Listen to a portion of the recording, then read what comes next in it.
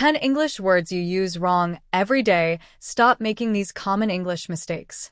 Have you ever been in a conversation where you knew exactly what you wanted to say, but you weren't completely sure if you were using the right word? Don't worry, you're not alone. Even native English speakers make grammar and vocabulary mistakes every single day. In fact, some of the most common English words are also the most commonly misused. The good news is that once you understand these mistakes, your English will immediately sound more natural, more professional, and much more confident. Whether you're learning English for school, work, travel, interviews, or simply to communicate better, today's video will help you avoid mistakes that millions of people make every day.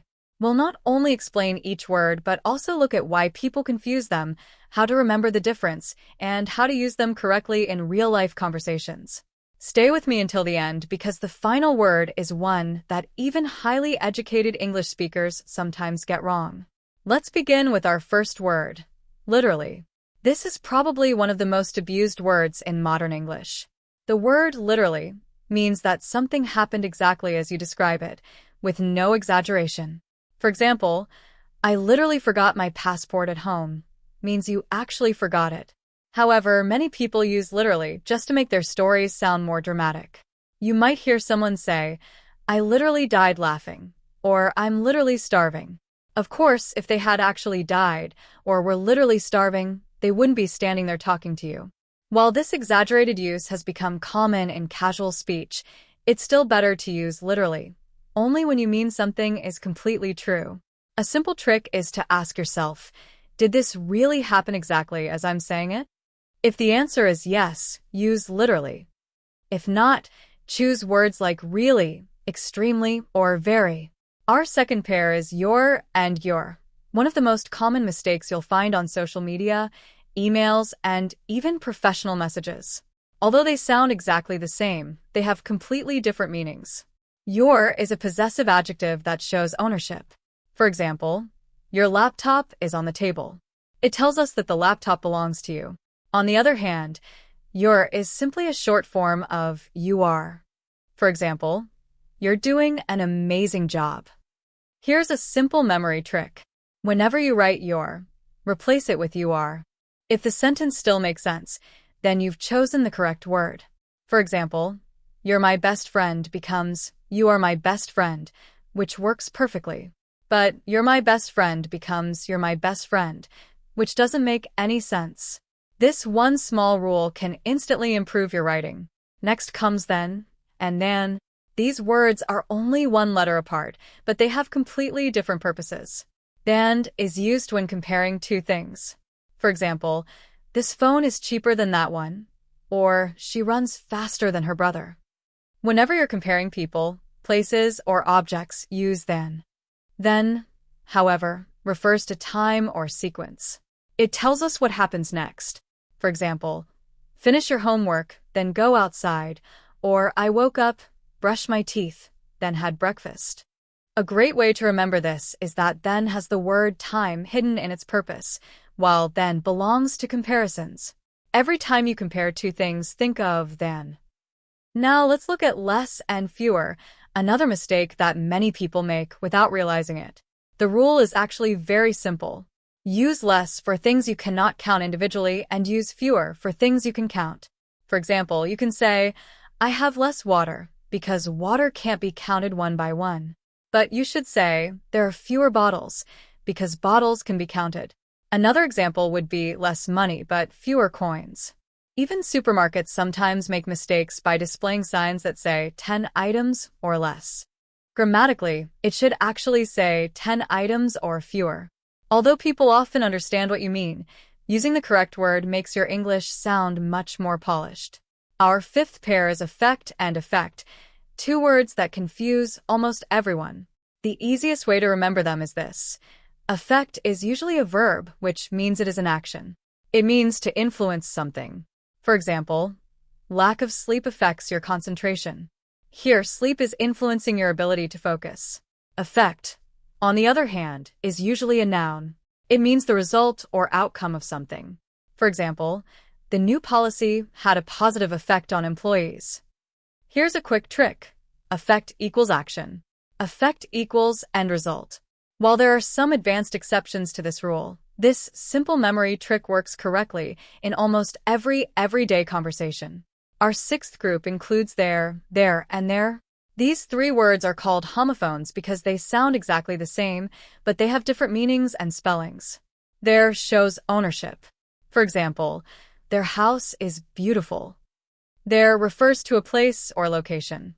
For example, the library is over there. There is simply the short form of they are. For example, they're waiting outside. Here's an easy sentence that uses all three correctly. They're going to park their car over there. Practice saying this sentence several times, and you'll never confuse these words again. Coming in at number 7 is a mistake that appears everywhere online. Could've. Many people write could've, would've, and should've, but these phrases are grammatically incorrect. The correct expressions are could have, would have, and should have. So, why do people make this mistake? It's because when native speakers say could've, it sounds very similar to could've. However, could've is simply the contraction of could have. For example, I could have called you earlier, or she should have studied harder. Whenever you're writing, remember that of is never correct in these expressions. Our 8th word is irregardless. You may hear people say this in conversations, and some dictionaries now list it because people use it so often.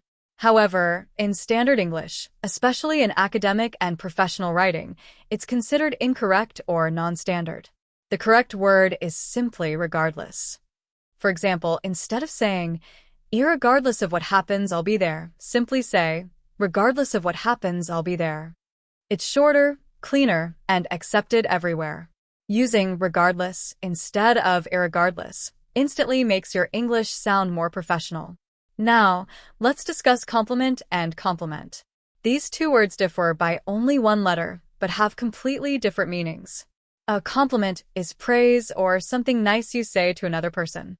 For example, she gave me a compliment about my presentation, or thank you for the compliment.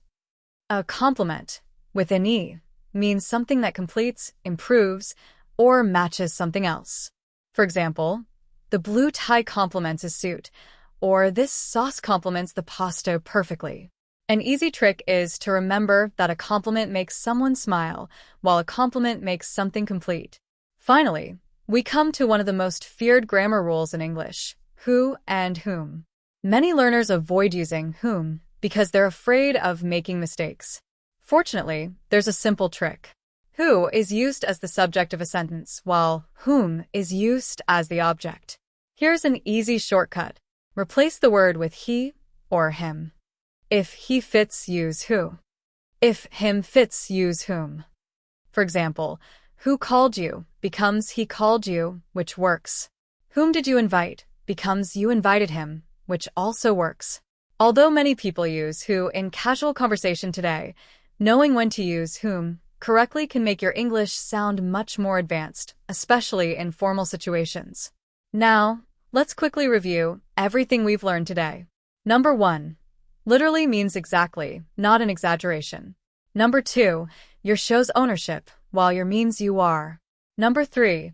Then is for comparisons, while then refers to time. Number 4. Less is for things you can't count, and fewer is for things you can count. Number 5. Affect is usually a verb, while effect is usually a noun. Number 6. There shows ownership, there is a place, and there means they are. Number 7. Always write could have, never could have. Number 8. Use regardless instead of irregardless. Number 9. A compliment is praise, while compliment means something completes another thing. And finally, number 10. Who is the subject, while whom is the object. Remember, improving your English isn't about memorizing thousands of difficult words. It's about mastering the everyday words you already use. Small corrections like these make a huge difference in how confidently you speak and write. If you practice just these 10 words this week, you'll notice your English becoming clearer, more accurate, and more natural. Language learning is a journey, and every small improvement brings you one step closer to fluency. If you found this lesson helpful, leave a comment telling me which word surprised you the most or which mistake you've made before. Don't forget to like this video, subscribe to the channel, and turn on notifications so you never miss another English lesson. Thanks for watching, keep practicing every day, and I'll see you in the next video.